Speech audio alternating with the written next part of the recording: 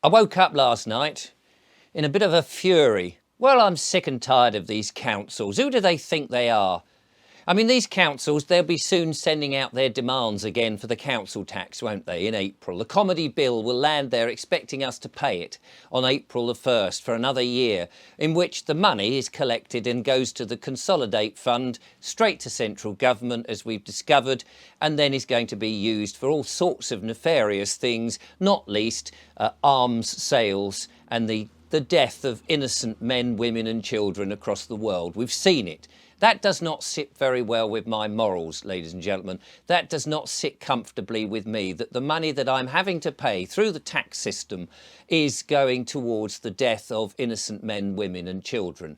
And I'm very fed up with all of that. I'm also fed up with the fact that the money that one thinks one's paying into the local community doesn't even stay in the local community. And the point is, these councils, I don't know whether you've realised this or not, but they're all pretty much bankrupt. They're all in the red. They're all owing millions of pounds. They seem to be completely inept and unable to actually keep and balance their books, spending so much money that they're totally in the red. Now, I don't understand, and maybe you can explain this to me, that if you are several £million in debt, how is it that they can still trade? Because if I was several £million in debt, I'd be bankrupt. I would be bankrupt and I would therefore be insolvent and I wouldn't be able to trade. These councils are insolvent. How is it that they are able to trade? How is it they're able to demand from you and I money?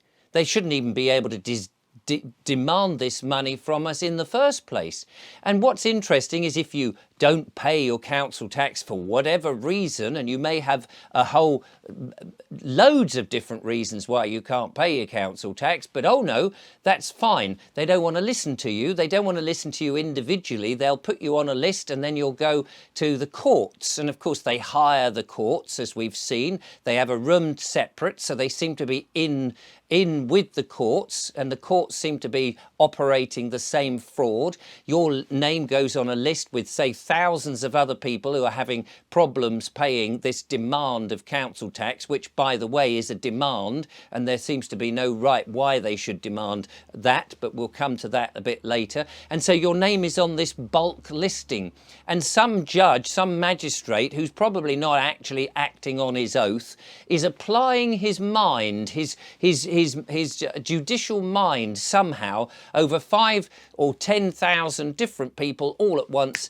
in the blink of an eye. Somehow he's managed to telepathically, I suppose, work out that everybody who's not been able to pay their council tax is fraudulently acting against them, and is not interested in any of the circumstances why they may or may not be able to pay. It's just like that. No, we'll give you a fine, and if you don't pay that, we're going to send the boys round with the sticks and take away your possessions, because that's how it works. And of course, up and down the countryside, we're seeing people having their cars impounded and stolen, and some people, of course, are being taken out of their houses altogether and they're being repossessed. The situation is absolutely abhorrent, and these councils, these insolvent councils, seem to think that that's perfectly all right, and as does, of course, the courts seem to be absolutely all right.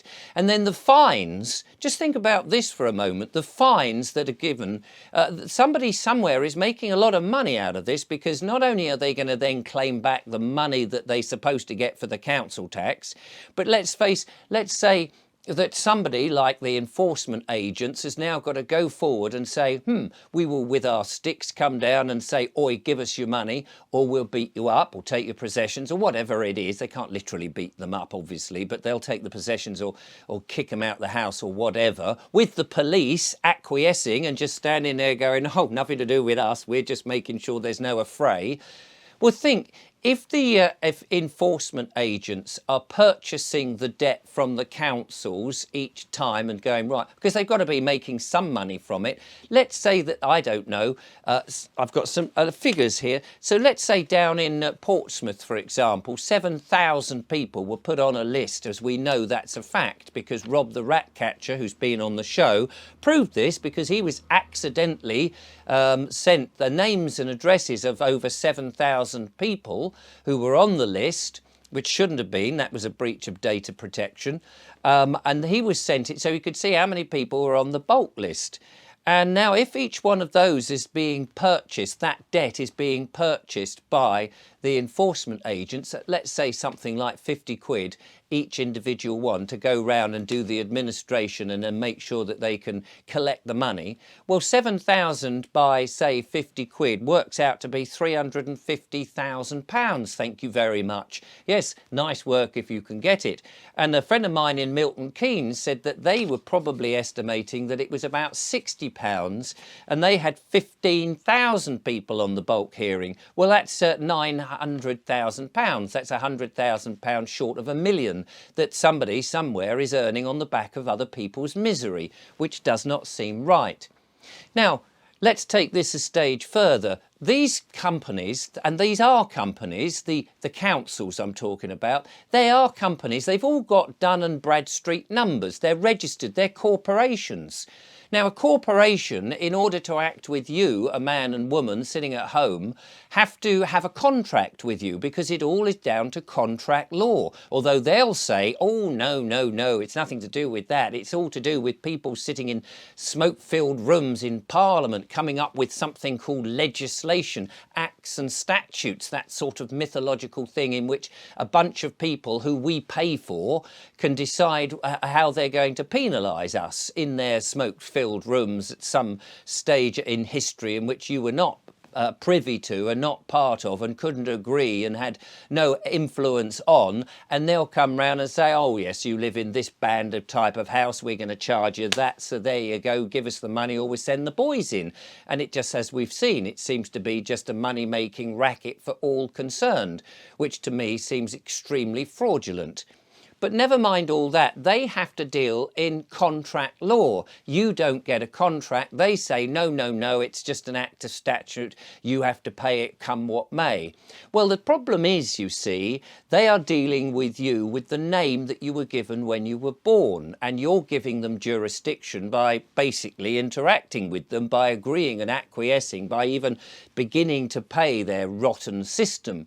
And the thing is, of course, that you aren't this name, this implied company, because that's what it is. The name that you have, where you have your forename and surname given at birth, is an implied company. So they're dealing with you as an implied company. Now, we know that because the name turns up in capital letters, which isn't even in English. That's not even in English. It's basically some form of hieroglyphics. But we're stupid enough to think, oh, that's my name. It's like that on my passport, on my driving licence, on all the bills I get, and these letters and demands from the council. But that's not actually you, is it? That's just an implied company, because you, and I'm sure if you look in the mirror you'll see this, you are of flesh and blood. You breathe air, even though it's been poisoned by all the sort of nonsense that they're spraying in the skies. But that's who you are. You're not just a capitalised piece of paper with a name on it, and an implied company, an implied corporation. But that's what they're trying to contract with you. They're trying to get jurisdiction with you. No, no, no.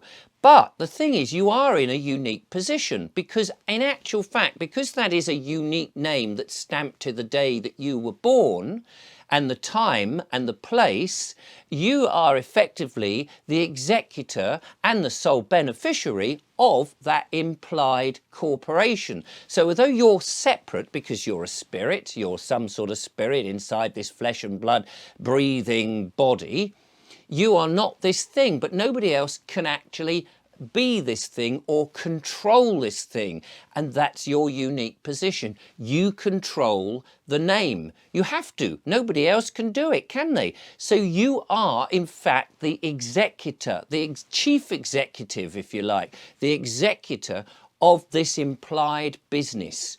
You're not the business. It's like being an agent. I've said this before. It's like being the agent of an actor. You are in control of that actor. Oh, yes, I can get you a job for no problem at all. You would like this actor? Yes, you would like him to do the work? Yeah, no problem. Oh, you would like him to pay the council tax? Sorry, he's got no contract with you. I beg your pardon. Thanks ever so much. It's been nice dealing with you. It's the same thing. This implied business, you've got to separate it from yourself, but you control it. So you're the executor, so you make all the decisions, and you are, of course, the sole beneficiary, because it's all trust. It's all trust law, contract law, it's all trust. So there's a third party in the trust, and that's everybody else. That's the public trustee, which is the council, which is the government, which is these people giving you demands.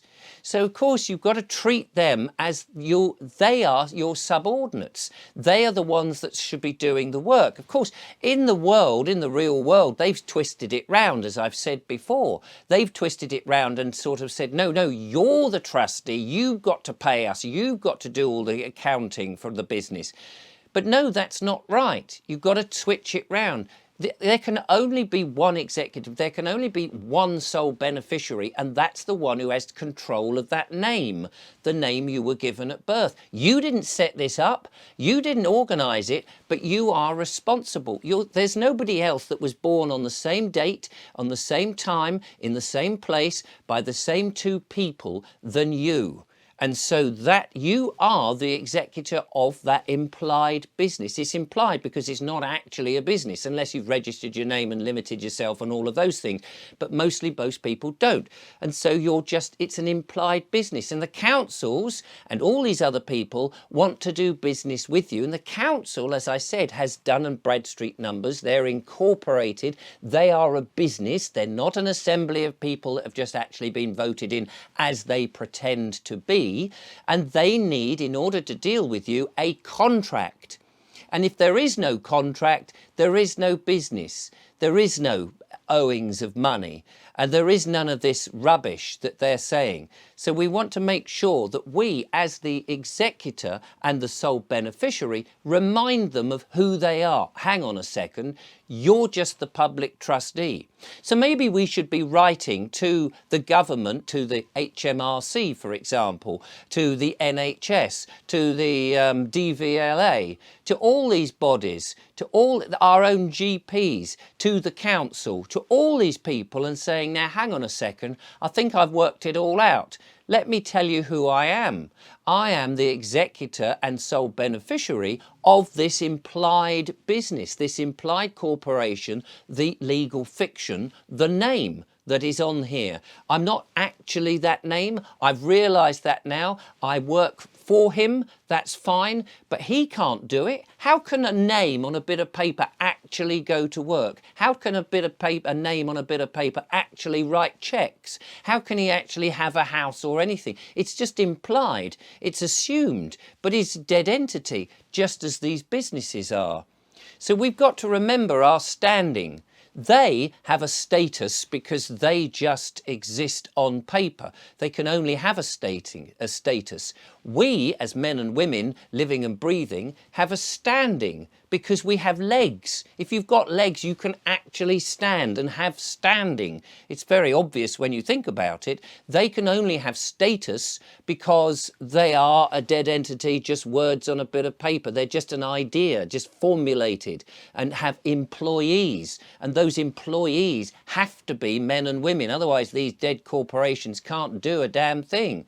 So there's a dead entity. Your legal fiction is a dead entity. It's an implied business or corporation, but it can't do anything. It's just on a bit of paper. The only person who can do anything, and I don't use person in the correct word, the only man that can do anything for that implied business or corporation is you as a man. But you don't have to, because you're the boss of it. You're the executor and the sole beneficiary of that dead entity. So tell them, I'm sorry, we no longer want to trade with you. Thank you very much. There's no contract. Now leave me alone. You're all insolvent anyway. You can't possibly trade with me. You're in debt for millions. This is a complete and utter fraudulent scam, and I want none of it.